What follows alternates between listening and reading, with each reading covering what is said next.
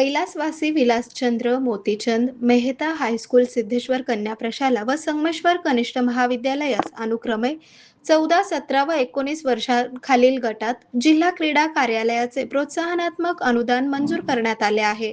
शालेय क्रीडा स्पर्धेतील 2025-26 या शैक्षणिक वर्षातील क्रीडा स्पर्धेतील सांघिक व वैयक्तिक कामगिरीवर त्यांची निवड झाली असल्याचे जिल्हा क्रीडा अधिकारी श्रीकांत हरनाळे यांनी सांगितले. राज्यात 2 कोटी, सोलापूरचा 5 लाख, राज्यातील 36 जिल्ह्यातील 14, 17 व 19 वर्षांखालील गटातील प्रत्येकी 3 शाळांना प्रत्येकी 1,75,000 व 50,000 रुपयांचे अनुदान मंजूर आहे. परंतु निधी अभावी ही रक्कम अनुक्रमे 89,800, 64,800 व 39,800 रुपये मंजूर करण्यात आली आहे. ही रक्कम संबंधित शाळांनी कागदपत्रे सादर केल्यानंतर संबंधित रक्कम ऑनलाईन जमा करण्यात येणार असल्याचे श्री हरनाळे यांनी सांगितले. आरोग्य म्हणजे केवळ औषध नाही, तर निसर्गाच्या योग्य उपचारांनी मिळणारी खरी आरामदायक अनुभूती.